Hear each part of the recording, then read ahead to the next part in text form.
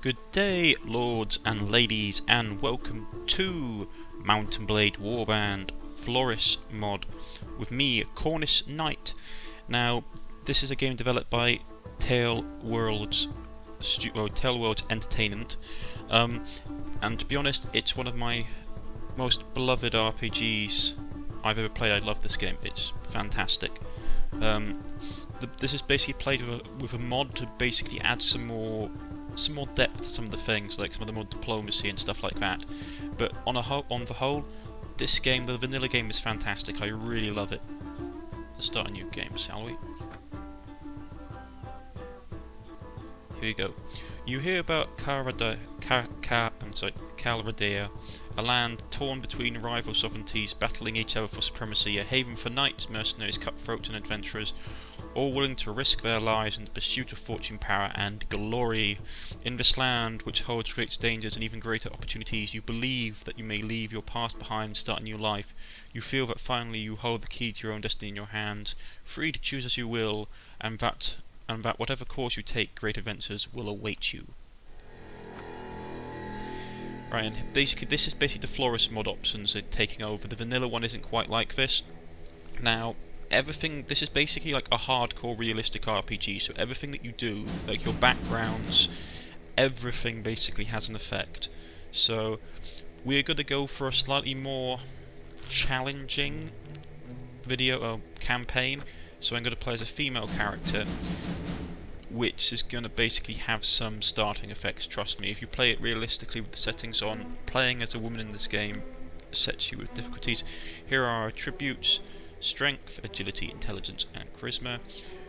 Now, I'm not going to read this every time, because basically this will change with your different backstories and stuff. Here's like your stats, like how much money we start with, power striking, which is like how much damage you do, like everything. I'll cover everything a bit later on. So we'll go female. We'll go, now what do we want? Normally, like the softest start is the game if you have like an impoverished noble background, because it gives you higher social standing. Let's go with a veteran warrior. Let me get some nice boosts to wound treatment, persuasion and leadership. You spent your father was a veteran warrior. You spent your early life as, because I sort of know what kind of character I want us to be. Page in a nobleman's court, that would make sense. Like lady in waiting for like a lesser noble house. See, lady in waiting, and the reason for your adventure: lust for money and power. Let's do that. That sounds like something that Mab would do. My character's going to be called Mab, by the way, after the Fae that appears in Romeo and Juliet, not to be confused with Mab from Irish folklore. She's basically known as like the fairy midwife. She sort of like brings dreams, like makes people's dreams make people give birth to their dreams and stuff like that. And she's a very like trickster kind of Fae, and I thought it'd be rather fitting. Now these are like the Floris mod options. We can do expanded troops, rework new troops, or native troops. I like the expanded troops. It gives a lot more depth to it. Swadria, not a too bad place to start. You basically can start anywhere you like. Since that I'm going to be playing Mab as, I suppose you could basically call her like a brigand queen, like a bandit queen. We're not going to be like really siding with any one faction that much. We may be doing small like mercenary work for them and like hiring ourselves out as mercenaries during wars, but we're predominantly just going to be basically trying to make our own kingdom. So, saying that, it's probably good to start somewhere that has good we'll go with Swadra. Is quite good. I like to have their cavalry. You were born years ago in a land far away. Your father was a veteran warrior. As a child, your family scrabbled out a meagre living from your father's wages as a guardsman to the local lord. It was not an easy existence, and you were too poor to get much of an education. You learned mainly how to defend yourself on the streets with whatever weapon in hand. You started to learn about the world almost as soon as you could walk and talk. You spent your early life as a page at a nobleman's court. A girl growing out of childhood, you were sent to live in the court of one of the nobles of the land. There, your first lessons were humility as you waited upon the lords and ladies of the household, but from their chess games, their gossip, and even their poetry, great deeds, and courtly love, you quickly began to learn about the adult world of conflict and competition. You also learned from the rough games of the other children who battered at each other with sticks in imitation of their elders' swords. I mean, to be honest, this isn't actually unusual. If your father was sort of like a veteran guardsman in someone's household, it was like not unusual for their children to basically go into service with that household. It was all sort of like a trust and honour thing, which was that your lord and master normally took on servants from other, like basically took on more servants from like existing servants' households, because it was like seen as the sort of connection of loyalty between families of like higher and lesser status. Also, it bound loyalty, like parents were a lot less likely to betray their masters if they had their own children sort of mixed into the situation. Then, and as an adult, your life changed, as it always does. You became a squire. Oh, I see what's happened. Basically, it says lady in waiting. You became a lady in waiting. Although the distinction felt sudden to you, some along the way you had become a woman, and the whole world seemed to change around you. When you were named a lady waiting to a noble woman at court, you practiced long hours. Okay, that's strange. That doesn't do that.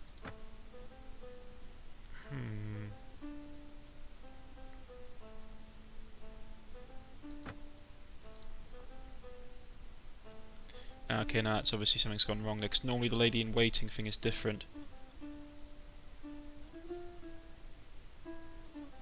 Yep, okay. That's unfortunate.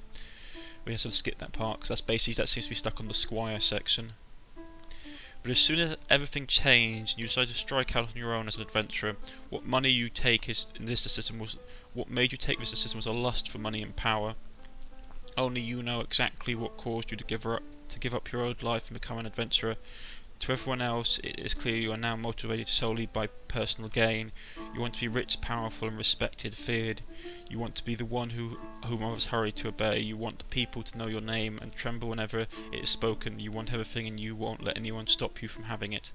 As a common woman, you may face great difficulties establishing yourself as an equal amongst Calherider's great lords. Right here. I'm not going to turn either of these on. Alright, the game's saving policy B. Realistic. Okay, now into your name, blah, blah. We're going to call her Mab.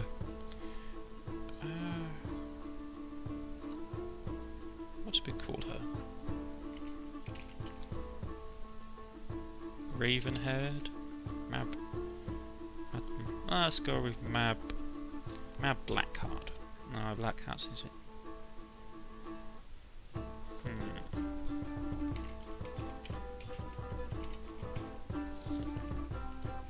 Mab Ravenhead. Nah.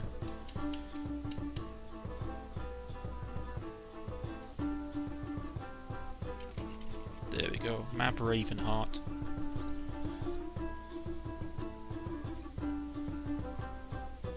You got to remember that in the medieval period, like you didn't really have surnames unless you were like the nobility. If you were a peasant, it would be sort of like you'd be sort of like Bob from Bob of Truro, or if there was like multiple.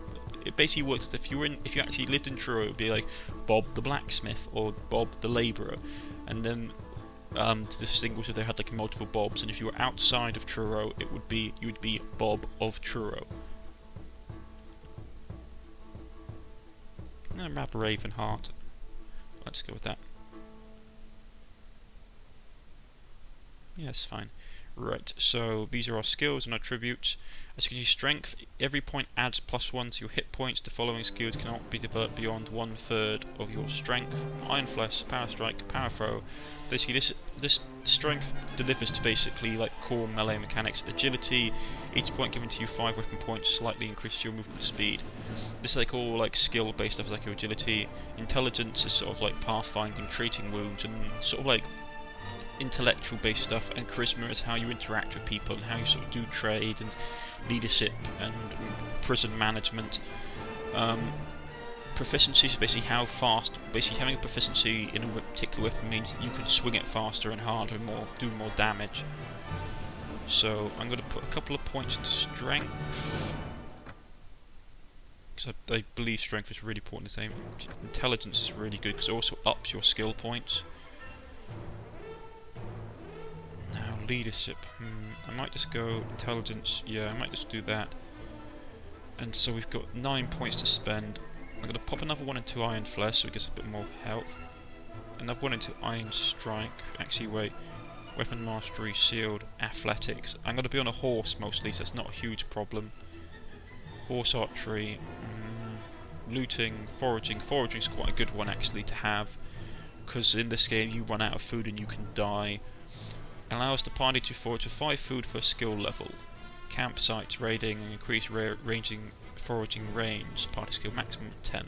But we'll put one into foraging. Training's useful. Pathfinding is really basically training allows you to basically train up your soldiers quicker. They get experience every day, and the more points you have in training, the more XP you gain from it.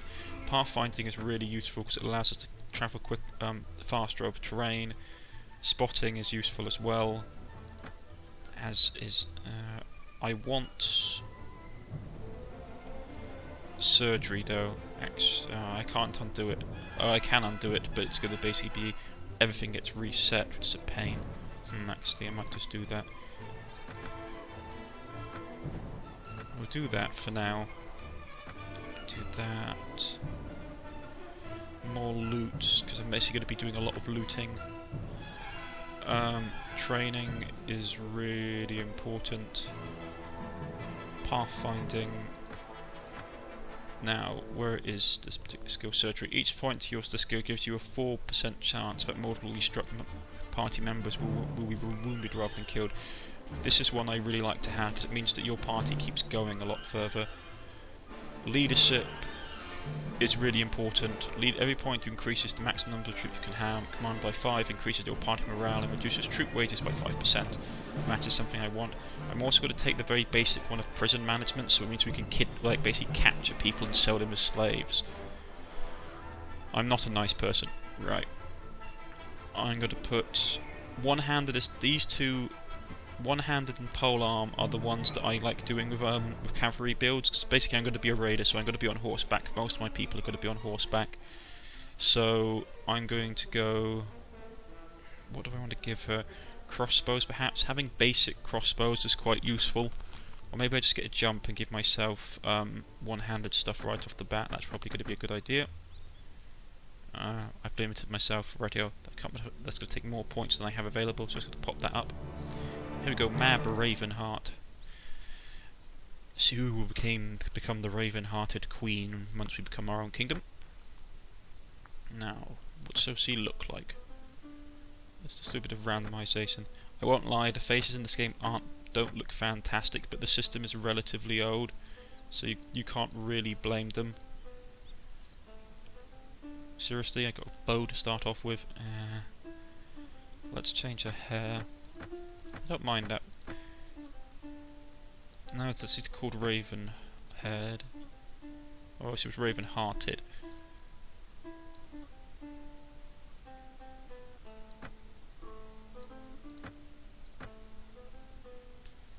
You see, we can't get much darker than that.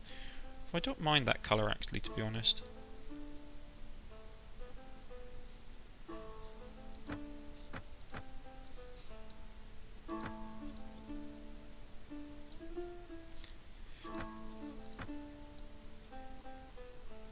Oh boy, that's not nice. Maybe that's a basic. Now let's go with that. That's not bad.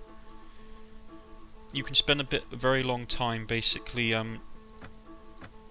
messing around like skin tones and that's not a bad one. Don't like the makeup though.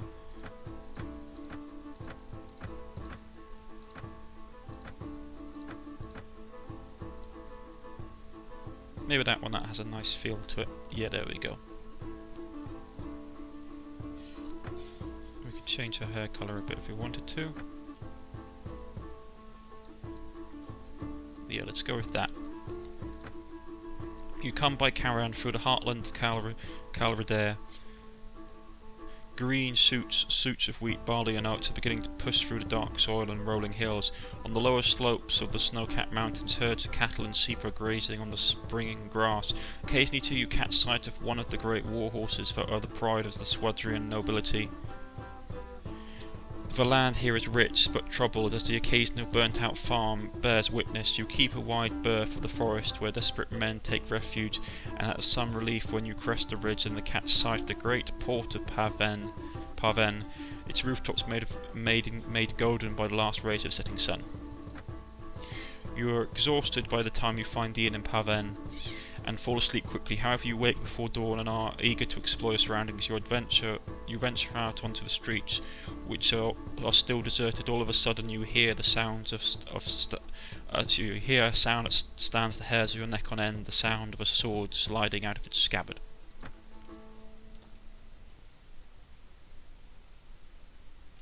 And here we are. This is Mountain Blade, ladies and gentlemen. And there's an archer, I can see him at the end of the street. Now, you can go into first person pressing R. Whoop. You can go into third person pressing R.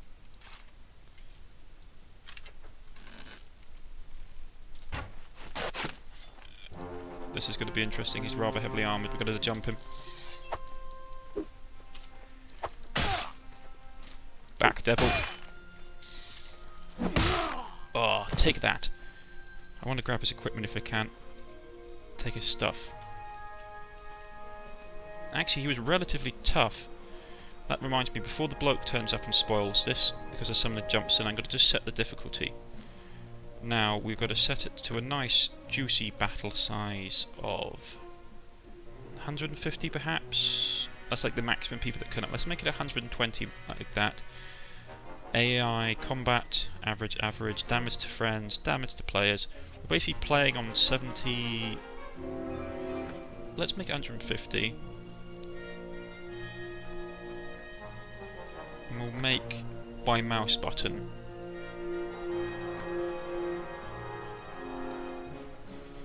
Let's make it 120 because I'm just worried about basically breaking my computer. Damage to players, normal, everything's average. Combat AI is good, campaign AI, average. Well, let's put the campaign AI, I don't know. Basically, if you put it to combat block direction, let's put it to 90% difficulty rating. Control attack by mouse, yep. This seems relatively fine. Now, we could report difficulty sort and all this kind of stuff you might want to have on, it's up to you. I don't mind having it on, report casualties. Well, let's do it realistically, so let's turn report casualties, report shot difficulty, report damage. Show banners of friendly troops, yes, show target reticule. I'll keep that on. Report experience. We're going to turn all this bit off so you can't basically see what's going on, and that's more realistically medieval speaking. And here's our character, soaked in blood. She just hacked a man to pieces on the floor and she sort of spits on his corpse and walks away. And who is this fellow? Ulrich Fugger. Are you alright? He says. Well, I guess you're alive at any rate. I'm not sure that we can say the same for the other fellow. There's one less thief to trouble our streets at night, although heaven knows he won't be the last. Anyway, maybe you can help me with something. Let's talk more inside. Out here we don't know who's listening. The merchant takes you to his house. Once inside, he stands by the door for a while checking the street, and then finally, convinced that you're not being followed, comes to speak with you. Let's go and see what he wants. Now, let me explain my proposition, says Ulrich. We have always had brigands in the hills, driven by banditry, by war, by debt, or the love of violence, like me. Recently, however, they've been getting bolder, leaving their camps in the wild and venturing into town, looking for unwary prey. The Watch Commander tells us it's because of the fighting on the frontiers, fewer men to keep an eye on the streets, but I'm not sure what to make of that. It seems to me that the most logical explanation is that these bandits have an ally inside the walls, who is helping them enter unnoticed and helps them out and helps them identify particularly tempting targets. Last week they took my brother. I don't know what my brother was thinking. A lad from a prominent family, out alone after dark in these times like these. Well, I suppose you were too, but that you're a stranger here. Don't know how bad things have become. He had no such excuse but his family, so what can we do? If you can't protect your kin, then people will start thinking that you can't protect your investments either. I can't have that. No doubt the gang will soon send word about a ransom, but I don't care to pay it. So here's my proposition, Mother. It shows you how much you love your brother then if you're not willing to basically pay his ransom. You look like you've had a bit of experience with Blade, and more importantly you must have a bit of fire in your belly or you wouldn't be coming to Cala Redare to seek your fortune. So here's what I'm asking you to do. Gather a small party, track down these bandits to their lair, teach them a lesson they won't forget, and I get my brother back safely. In return, you'll earn my lasting gratitude, a bit of silver. What do you say? This is basically like the tutorial mission. I'm interested. Okay, he's given us 100 gold. Good, very good, sir. I say I'll collect some men from the surrounding villages. Good. You can find me again in the tavern here in Parven. After you've got your group together, then we'll speak about what to do next. You've taken a quest. Basically, I love this game. The new one that's coming out this year, Mountain Blade Bannerlords, is supposed to be even better than this one. So here we go. And this is basically sort of the world outside. Before we do anything, I need to get some better armor because I am dressed in absolute rubbish. That's arms. Where's the armor merchant? There we go. And here's, because literally I'm wearing like a dress, which is not particularly fantastic. I've got 200 and crude metal. That's going to drop my thing. Light blue armor. That's really going to bankrupt me, but I'm going to take it.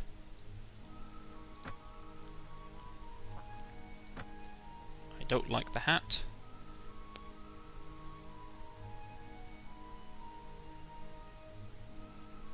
But I'll take that as well. We'll pay our money. There is a tournament going on. These are all like fantastic kind of things which are going on. But at the moment, I want to go and quickly kill some people. So, just showing you what the combat in this game is like. So, there we go. Here's some looters. Normally, I wouldn't recommend doing this. So we're just going to get a better angle just to hunt them down. What do you want, like snarls the half-naked looter as they turn from their latest plunder? Surrender or die, I declare, as you wish. It's basically a 1 on 13 chance. Charge the enemy.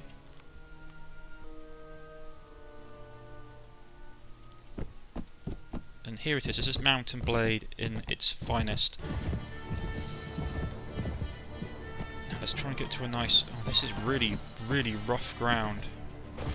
Okay, we have to be a bit careful. Where are these brigands? The problem is this is actually really bad ground for a horse. But I do have the high ground. Now, where are they?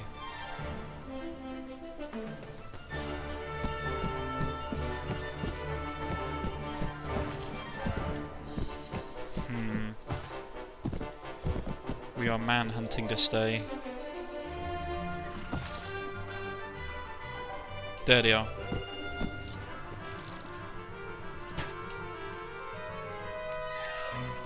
Oh, the distance is still showing. I don't like that.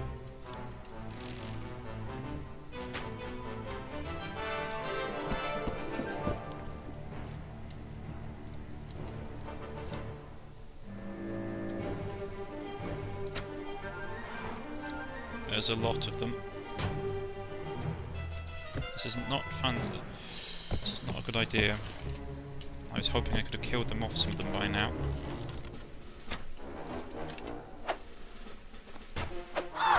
Ah, curses, they've hit me. We have to retreat. This is a bad situation that I've got myself into. They've been trying to flank me as well, as I can see. Well, let's just go and have a whack at them then, shall we?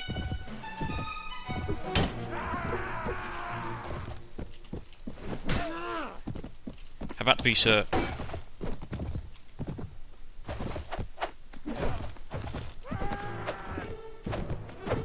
They've chased me off the hill. They've got height advantage. This is not a great situation to be in. They've hit the horse. I should have probably chosen my terrain better. But hey-ho. One can do what only one can. Let's zoom in. Take a pot at this guy who's coming through the woods. We'll wait until he gets a bit closer.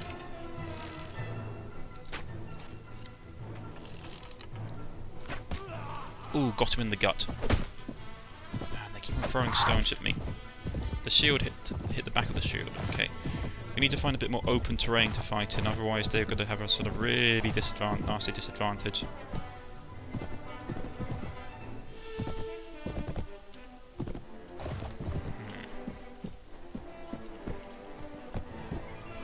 In here shouldn't be too bad.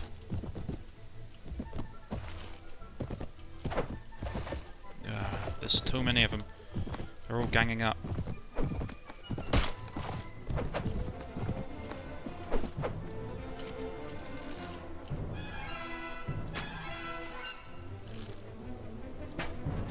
How did I miss at this range? Got one in the head. Trying to hack my way out. Weave between trees. Hit the horse again. This horse doesn't last much longer if I'm not careful.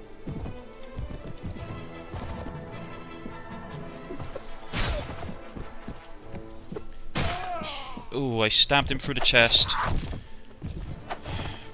Apologise for people sneezing behind me. It's like there's nothing I can do about it.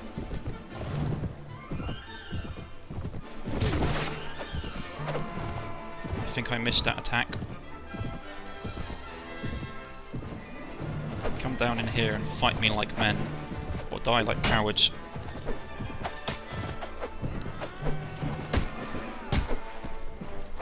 Oh, they keep on hitting. Oh, that's bad. Okay, I'm low on health. It's not great. They keep on hitting the horse as well. Oh, there's so many of them. I should have lured them down into this bit. I can still make it work.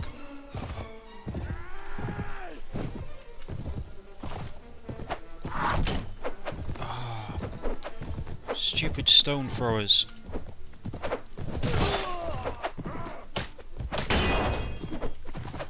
The problem is that they overwhelm me now. I'm in real trouble. Oh boy, this is bad. I might have to pull out. Oh wait. Okay, I might have bitten off more I can chew here, gentlemen. Okay. Oh, this is bad.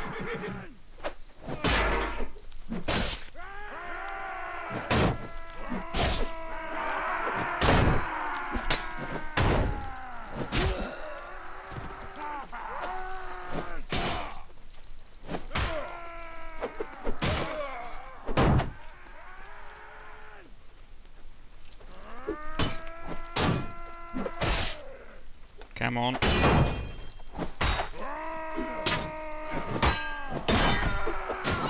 Ah, got overswarmed. No! I lose 4 morale. Curses. I've been taken prisoner by a bunch of looters. Ah, curses. Now they're taking me around the landscape. What a horrible end. After painful days of being dragged about as a prisoner, you find a chance to escape from your captors. Well, I still have my gear and my horse, and most of my money. Well, we're going to probably call it quits here, ladies and gentlemen. I've been Cornish-Knight, and this has been the first chapter in the adventures of Mab, the Raven-Hearted Queen. Now, it doesn't seem great at the moment, but we will get back on our feet, I promise. If you have liked, please press the like button. If you wish to subscribe, please press the subscription button. You can follow me on Facebook and Twitter at the links provided below. Or just leave a comment in the comment section and let me know how you like the game. I've been Cornish-Knight. Goodbye.